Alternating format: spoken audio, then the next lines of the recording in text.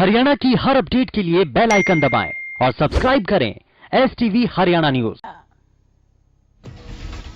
विधानसभा के मानसून सत्र का आज दूसरा और आखिरी दिन है। सदन में दूसरे दिन की कार्यवाही प्रश्नकाल से शुरू हुई थी। इस दौरान विपक्ष की ओर से जोरदार हंगामा किया गया।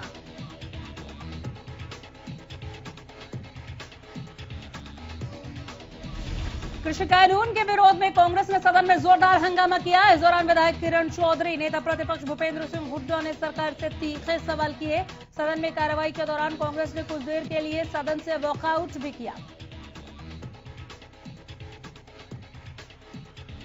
विधानसभा में मानसून सत्र के दूसरे दिन शराब घोटाले का मामला भी छाया रहा। मामले को लेकर विपक्षी दल कांग्रेस के अलावा इनेलो ने सरकार के सामने कई सवाल खड़े कर दिए।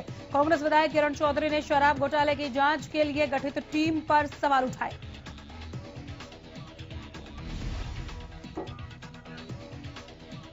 वहीं अभय चौटाला ने भी शराब घोटाले की जांच प्रक्रिया पर सवाल उठाए।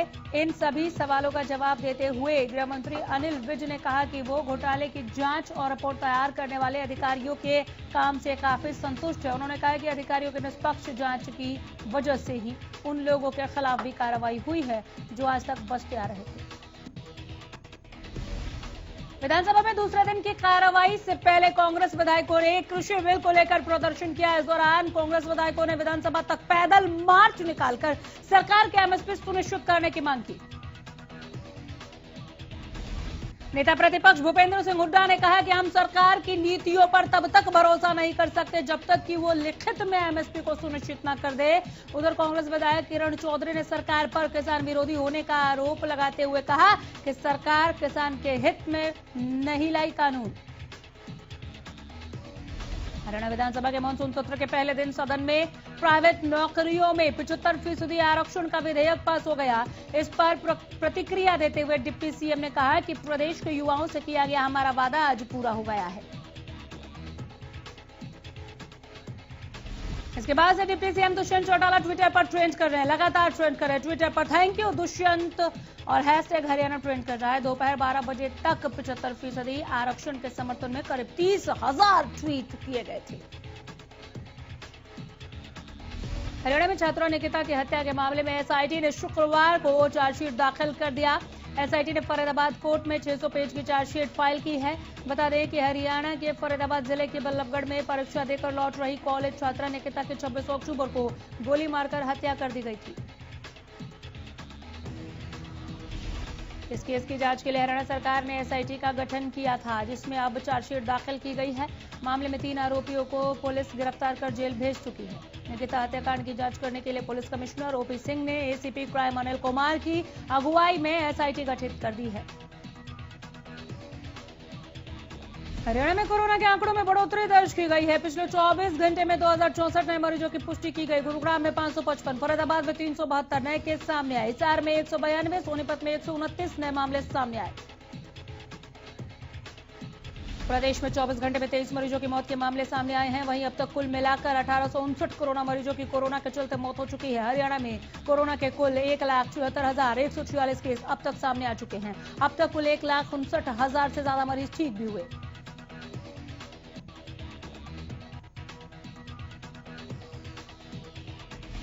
उधर पंचकुला में पिछले 24 घंटे में कोरोना के 120 नए मामले सामने आए हैं। कोरोना मरीजों में हरियाणा विधानसभा के 11 कर्मचारी शामिल हैं। वहीं जिले में अब तक कोरोना से 117 लोगों की मौत के मामले सामने आए हैं। Civil surgeon doctor Jagjit Kaur ने मामले की पुष्टि की। Civil surgeon doctor Jagjit Kaur ने बताया कि मौसम में बदलाव और त्योहारी सीजन में लोगों की लापरवाही, बाजारों में भीड़ भाड़ वाले इलाकों में जाना और यहां जाने से कोरोना के आंकड़ों में बढ़ोतरी हो रही है। सिविल सर्जन ने बताया कि ज्यादातर कोरोना संक्रमित मरीज वो सामने आ रहे हैं जो कोरोनाग्रस्त मरीजों के संपर्क में आने से संक्रमित हुए हैं। उन्होंने बताया कि स्वास्थ्य विभाग की ओर से सभी कोरोना संक्रमित मरीजों को आइसोलेशन वार्ड में भर्ती किया जा रहा है। इन सभी कोरोना संक्रमित मरीजों के परिजनों को भी आइसोलेट करने की प्रक्रिया में स्वास्थ्य विभाग जुट गया है। साथ ही सभी कोरोना संक्रमित मरीजों के संपर्क में आए लोगों की लिस्ट बनाने और ट्रेस करने का काम भी शुरू कर दिया गया है। इधर फतेहाबाद में पुजारी के साथ मारपीट मामले में पुलिस ने 4 आरोपियों को अरेस्ट कर लिया है। पुलिस ने पिटाई के लिए इस्तेमाल किए गए बैट को भी बरामद कर लिया। आपको बता दें कि 3 दिन पहले पुजारी की जबरदस्त पिटाई की गई थी। वीडियो वायरल हुआ था जिसमें एक शख्स पुजारी के साथ बैट से मारपीट करता दिख रहा था। त्योहारी सीजन में स्वास्थ्य विभाग की ओर से लगातार जागरूकता अभियान चलाया जा रहा है। इस बार कैथल में स्वास्थ्य विभाग ने मिठाई के दुकानों से सैंपल लिए। इन सभी सैंपलों को जांच के लिए भेज दिया गया। इस दौरान दुकानदारों को बताया गया कि मिठाइयों के सामने उसकी पूरी जानकारी देना अनिवार्य है।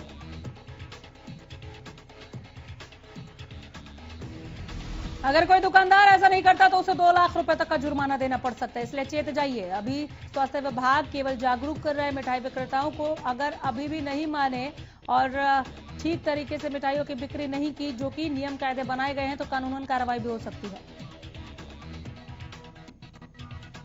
फतेहाबाद में हवा की गुणवत्ता लगातार खराब होती जा रही है। फतेहाबाद में बढ़ते वायु प्रदूषण ने दिल्ली को भी पछाड़ दिया। अगर यहां पर हवा की गुणवत्ता यानी AQI की बात करें तो 24 घंटे में 500 के पार AQI लेवल जा पहुंचा है, जबकि दिल्ली में हवा की गुणवत्ता 452 दर्ज की गई है। दिल्ली के आनंद विहार में हवा की गुणवत्ता 419 दर्ज की गई है। स्थिति दोनों जगह भयावह है, लेकिन खतरनाक जहरीली हवा फतेहाबाद में।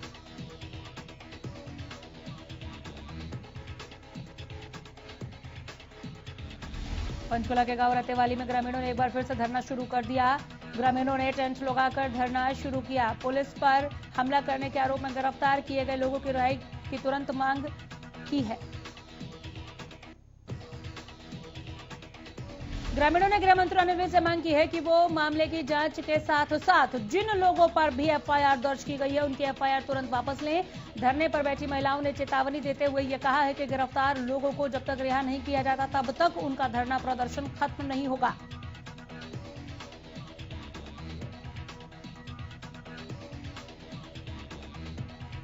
लोगों का आरोप है कि पुलिस ने मंगलवार को हुई झड़प के दौरान महिलाओं के साथ हाथापाई करते हुए हवाई फायरिंग की। साथ ही महिलाओं ने यह भी आरोप लगाया कि ग्रामीणों की ओर से कोई पथराव नहीं किया गया, बल्कि पुलिस ने ही पथराव शुरू कर दिया और बाद में लोगों की गिरफ्तारियां शुरू कर दी। आपको बता दें कि गांव रतेवाली में खनन को लेकर हुए विवाद के बाद पुलिस की टीम और गांव वालों के बीच झड़प हुई थी, जिसके बाद से ही गांव में तनाव का माहौल बना हुआ है।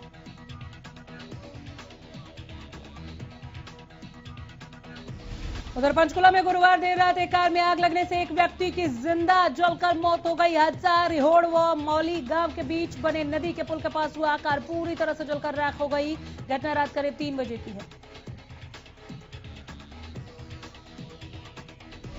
हालांकि मृतक की अभी तक पुलिस शिनाख्त तो नहीं कर पाई है। पुलिस के मुताबिक घटना की जांच हो रही है। बताया जा रहा है कि कार अंबाला के शहजादपुर के रामगढ़ की ओर जा रही थी, रामगढ़ की ओर से आ रही थी। इस दौरान नदी के पास कार में अचानक आग लग गई।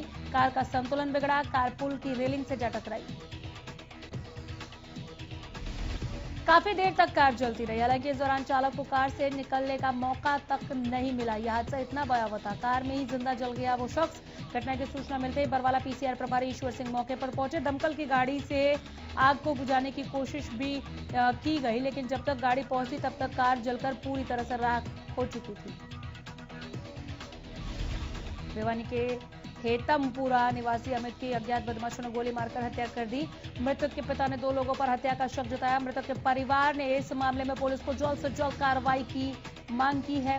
पुलिस का कहना है कि मामले की जांच चल रही है। गोहाना अनाज मंडी में किसान धान लेकर ट्रैक्टर ट्रॉली के कई किलोमीटर तक लंबी लाइन लगी हुई है। किसान कई घंटों तक लाइन में अपनी बारी का इंतजार कर रहे हैं। वहीं जब किसान कई घंटों के इंतजार करने के बाद मंडी में पहुंच रहे हैं तो उन्हें वो भाव नहीं मिल रहा जो सरकार की ओर से तय किया गया है।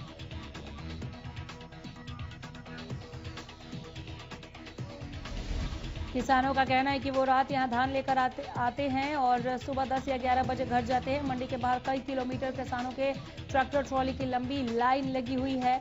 किसानों का कहना है कि हर साल धान में उन्हें 3000 तक का भाव मिलता था, लेकिन इस बार 2400 से 2500 तक प्रति क्विंटल का भाव मिल रहा है।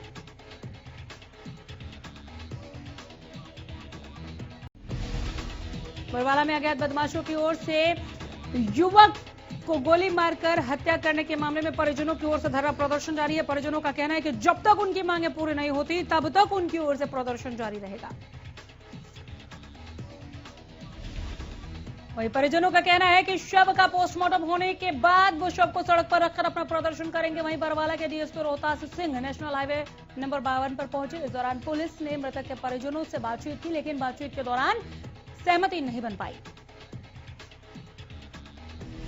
आपको बता दें कि ढाणी गारण के गांव में एक पंचायत हुई थी, जिसमें ग्रामीणों की ओर से यह फैसला लिया गया था कि जब तक आरोपियों की गिरफ्तारी नहीं हो जाती तब तक ग्रामीणों की ओर से प्रदर्शन जारी रहेगा। साथ ही यह भी कह दिया गया था फैसला लेते हुए कि शव का अंतिम संस्कार भी नहीं करेंगे। त्योहारी सीजन के चलते प्रदेश भर में मिलावटखोरी का काम जोरों पर है। गोरख धंधा जोरों पर। मिलावटखोर माफिया लोगों की जान की परवाह किए बिना मिलावटखोरी को अंजाम दे रहे हैं, मिलावटी चीज बेच रहे हैं। पंचकुला में सीएम फ्लाइंग टीम ने मिलावटखोरों पर कार्रवाई करते हुए 340 किलो मिलावटी मिठाई भरी कार को चालक समेत पकड़ा। टीम ने रायपुर रानी में कार्रवाई को अंजाम दिया। पंचकुला के एफएसओ गौरव शर्मा ने टीम के साथ मौके पर पहुंचकर सभी मिठाइयों के सैंपल टेस्ट के लिए भेजे। गाड़ी चालक के पास किसी भी सामान का बिल नहीं था। पूछताछ में चालक ने बताया कि मोहम्मद क्षेत्र के मिठाई दुकानदारों को मिठाई सप्लाई करता है। नकली मिठाई की सप्लाई लेने वाले क्षेत्र के दुकानदारों की भी लिस्ट बनाई जा रही है। गधा और अनाज मंडी में धान की फसल से निकलने वाले कचरे को उठाने के लिए मार्केट कमेटी द्वारा लाखों रुपए का ठेका दिया गया, लेकिन बावजूद इसके ठेकेदार के कबाड़ उठाने की धीमी गति से मंडी में जगह जगह कबाड़ के ढेर लगे हुए हैं। यहां तक कि जहां ये कबाड़ पड़ा हुआ है लाखों क्विंटल गेहूं खुले में गोदामों में जमा है। ऐसे में अगर मंडी में अचानक इस कबाड़ में आग लग जाती है तो काफी नुकसान हो सकता है, लेकिन मंडी प्रशासन का इस ओर कोई ध्यान नहीं है। इस बारे में मार्केट कमेटी के कार्रवाई सचिव जय सिंह का कहना है कि धान सीजन में मंडी में जगह न मिलने के कारण कबाड़ नहीं उठाया जा सका, लेकिन कबाड़ मंडी की एंट्री के पास ही पड़ा होने के कारण उनके जवाब में सच्चाई कहीं नजर नहीं आई। अंबाला के गुड़गुड़िया नाले से एक व्यक्ति का शव मिलने से सनसनी फैल गई। मौके पर पहुंची पुलिस ने शव को पोस्टमार्टम के लिए भेजकर जांच शुरू की। शव को देखने से ऐसा लग रहा था कि शव कई दिनों से नाले में पड़ा हुआ था। व्यक्ति के जेब से पर्स और मोबाइल फोन मिला है।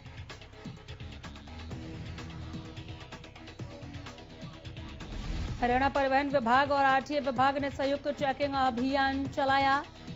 दस्तावेज पूरे नहीं होने के कारण यूपी नंबर की एक निजी बस का 51,000 का चालान कर बस को इंपाउंड किया।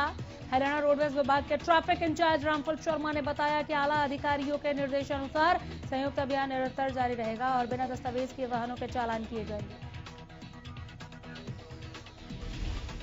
प्रदेश में प्रदूषण का स्तर लगातार बढ़ता जा रहा है, जिसे लेकर साइबर सिटी गुरुग्राम का नगर निगम सख्त हो गया है। नगर निगम ने प्रदूषण को बढ़ावा देने वालों पर नकेल कसने के लिए जुर्माना लगाना शुरू कर दिया। यानी अब साफ है कि जो भी पर्यावरण के नियमों की अनदेखी करेगा उसकी खैर नहीं। साइबर सिटी गुरुग्राम में बढ़ते प्रदूषण के स्तर पर लगाम लगाने के लिए नगर निगम सख्त हो गया है। कचरा जलाने, कचरा फैलाने, धूल उड़ाने और नियमों का पालन नहीं करने वालों पर नगर निगम ने सख्ती करते हुए लगभग 30 लाख रुपए का जुर्माना लगाया है।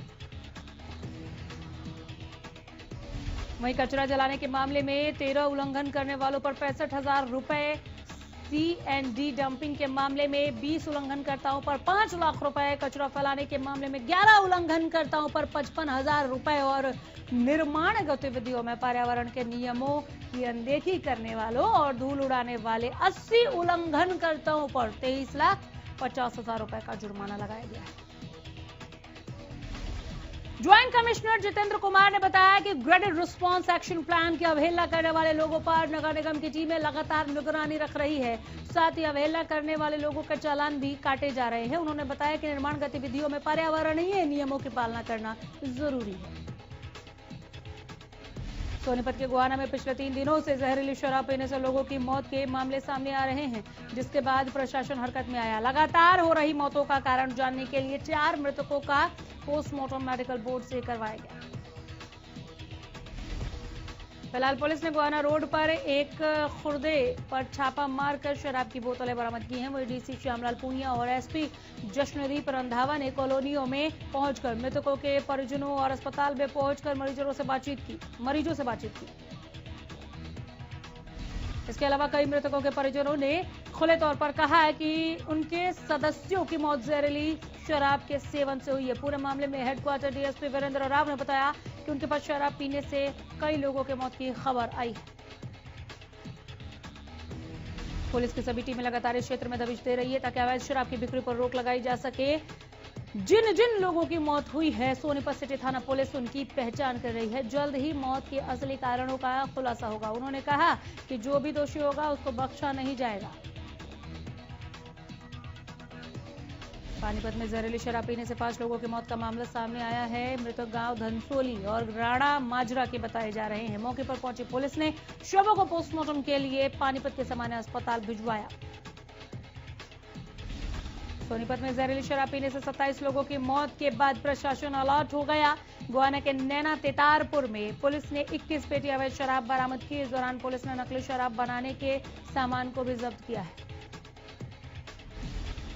बता दें कि किराए के मकान में नकली शराब बनाने का काम चल रहा था। पुलिस ने मामले में एक आरोपी को गिरफ्तार भी किया, वहीं एक अन्य आरोपी भागने में कामयाब रहा। फिलहाल पुलिस फरार आरोपी की तलाश कर रही है।